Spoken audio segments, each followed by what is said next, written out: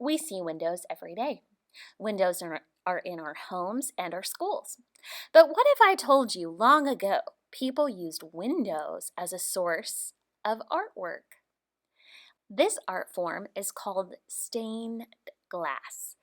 Many, many years ago, before cell phones or TV or radios even existed, there was nothing to show images except for art. At the time, the church was very popular, and people in the church wanted those who came to church to feel peaceful and light when they entered the building. They also wanted people to see the stories from biblical text because some people didn't know how to read at the time. So you will see this artwork in many churches from long ago. It illuminates buildings with beautiful imagery and beautiful colors. This is glass that has been wedged together and soldered together to make designs.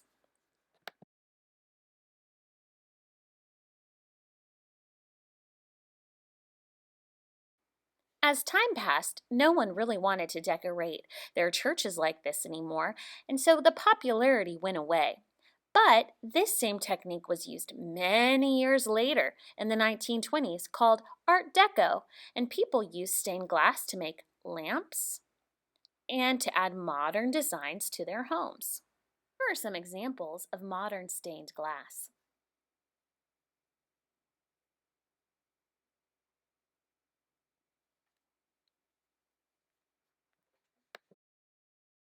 We just learned about stained glass windows, and in class today we're going to make our own version of a stained glass window in the shape of a kite.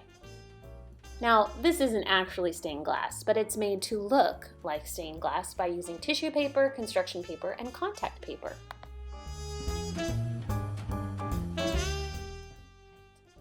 First, we'll fold a piece of black paper in half and make sure the edges are matched. Take your ruler and line it up to your paper. Measure to 4 inches and make a mark. Flip over your paper and do the same on the other side. Take your ruler and make a diagonal line touching the corner and draw a line going across. If it wiggles, make sure that you draw it again and it's straight. Go down and draw another diagonal line touching the point that you drew 4 inches down and then connect to the edge. You're making a diamond shape. Go to the edge, point to the mark that you made.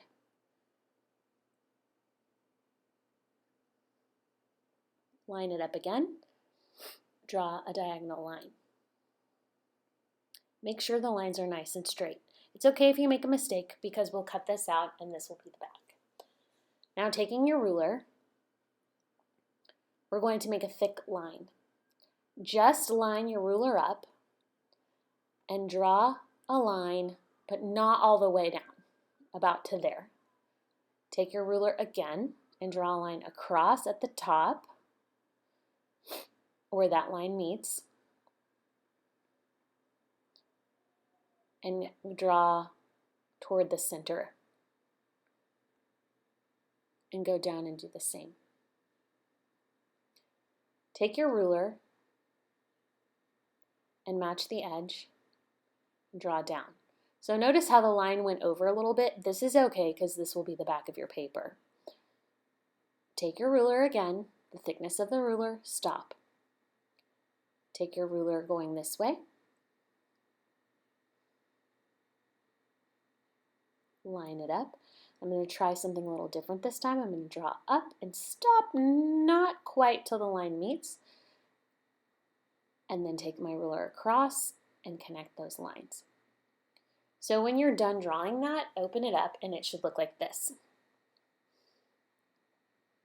Now it's time to cut it out. Notice, even though I made a mistake, it's okay. I want to follow that outside line when I cut. So taking your scissors, cut out the middle and put the paper to the side. Cut out the other middle, and remember you're doing this while the paper is folded. And the last step will be cutting off the edges.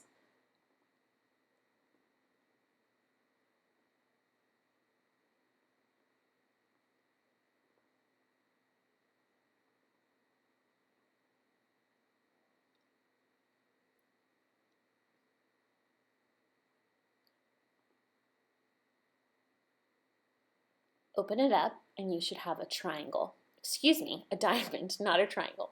The triangle's on the inside. The next portion of this project is to take a piece of contact paper. Now this paper is sticky and it has a paper attached to it. Now it's very careful when you're peeling this off. It's a little tricky that you don't fold it into itself or cause lines or bending or folding of this. So notice I'm struggling a little bit getting this paper off. It might take you a couple of times to peel it completely back. Once you get that paper off though, lay it flat in front of you. It might want to curl up on the edges, but you want that paper to be flat in front of you. And I'll show you what to do as soon as you get that contact paper off. Success. Do not touch it as much as you can. Try not to touch the middle. And then lay it in front of you and avoid wrinkles. Now take your kite and put it face down, and the white part wants to be looking at you. So anything that you did with a white color pencil or a pencil, you want it to be looking at you. And press that down. It should be stuck on pretty tightly because it is sticky paper. Once you have your kite on, you will take tissue paper squares.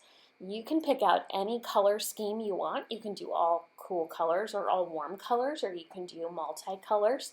It doesn't matter. So you are going to fill in the sticky portion with the tissue. Every part of that clear inside of the kite needs to be covered up.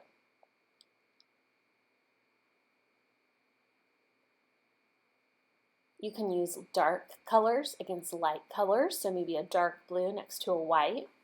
You can use a pattern of all greens. There's a lot of tissue tiles. Make sure that you're only using one. Sometimes they stick together and it can be a little tricky.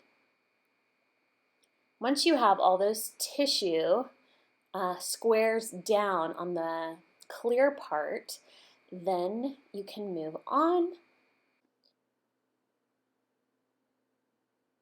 Press firmly to make sure that it's not crinkling up and that it's stuck on tightly to the paper, the contact sticky paper. When all of the square tiles are fastened, look for little empty spots that you might have missed. So there was one up there, so I'm going to press that down and I'll cut off the extra tissue. And then there's one at the bottom.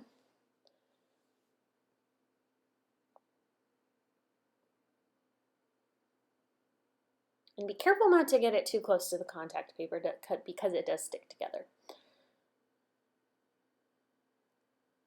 I'll fold down the edge. Take the other side and fold it down and go over. And it has a tendency to want to stick and make these crease lines, so pull it tightly. You might have one friend hold it for you as you make sure that it's down nice and tight, and then go on the other side and push it down. And there will be a little area where the tissue paper didn't get completely pushed down. You can glue that down, and I'm just going to take scissors and cut off the parts that are still sticking up. So taking my scissors, I make sure that I go on the edges, and I have some hanging off contact paper that I'm going to trim back. And then on the back of the kite, I see if any of the tissue paper is kind of coming up. I rub my hand over it, but then I do notice a few pieces are coming up, so I just cut that extra part off and go back over it again. Make sure it's nice and flat, and then I have my kite. This is part one. Part two we will do next time you're in class. That is adding a string and some extra details.